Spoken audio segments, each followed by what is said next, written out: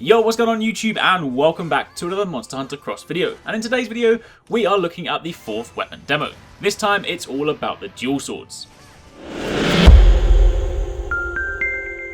If you guys do enjoy this video, then it'd be super awesome if you hit that like button and leave a comment down below. Now let's start by taking a look at the video in all its glory, and then I'll break it down afterwards.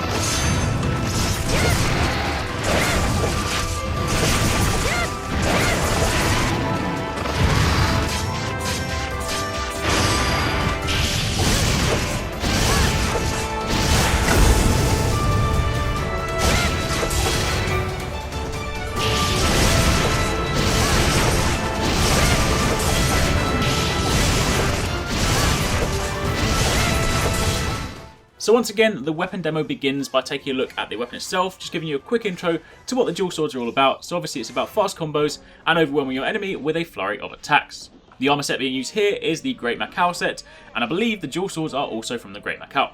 Really cool stuff, and I imagine this is going to be one of the early armor sets in the game, given that this is akin to, say, the Jaggi.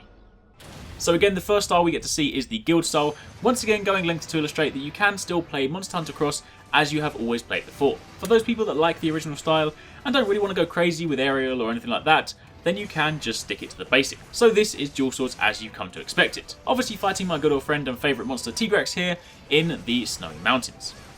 And then we get another look at the aerial style, this time for the dual swords, which is something we haven't actually seen so far. But again, the aerial style works exactly the same way. The thing about hunting styles in Monster Hunter Cross is that they apply to all the different weapon types. So while different weapons do obviously have their own movesets and do behave differently while in the air, they can all utilise this mechanic. So again, you roll towards the monster, you jump, you springboard off the monster, and you then attack it on the back. If the threshold is right, then you can mount it, and if not, it's just some added damage in an area you couldn't normally reach. One thing I do want to call out in particular, however, is this section here. You see the hunter jumps up, they do a spin in the air, and they do a second spin, and they sort of change direction going back down. So it seems like the dual blades does obviously have a little bit more mobility in the air perhaps, allowing you to land a couple of consecutive hits. And then we get a look at the hunting skill. Now this is the one that we saw in the trailer before.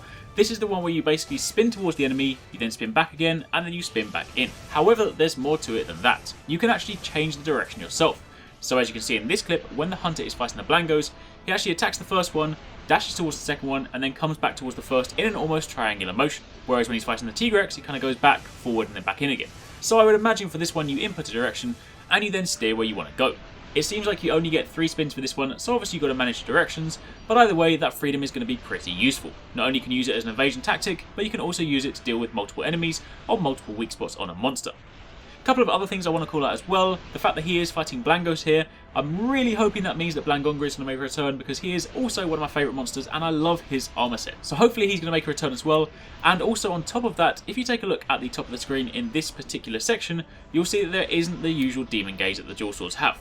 Now, this is purely speculation at the moment, but obviously we do know that the Striker hunting style is said to have a simplified moveset for all weapons. Now, could a simplified moveset be the removal of the demon gauge? Either way, that is something to think about, and that brings me to the end of this video. That was the weapon demo for the dual swords, but once again, don't forget to tune back tomorrow, where we're going to be taking a look at the hammer and the hunting horn. And hopefully you guys enjoyed the video. If you did, then it'd be super awesome if you could hit that like button and leave a comment down below. Thanks again for watching, take it easy, catch you next time, peace out.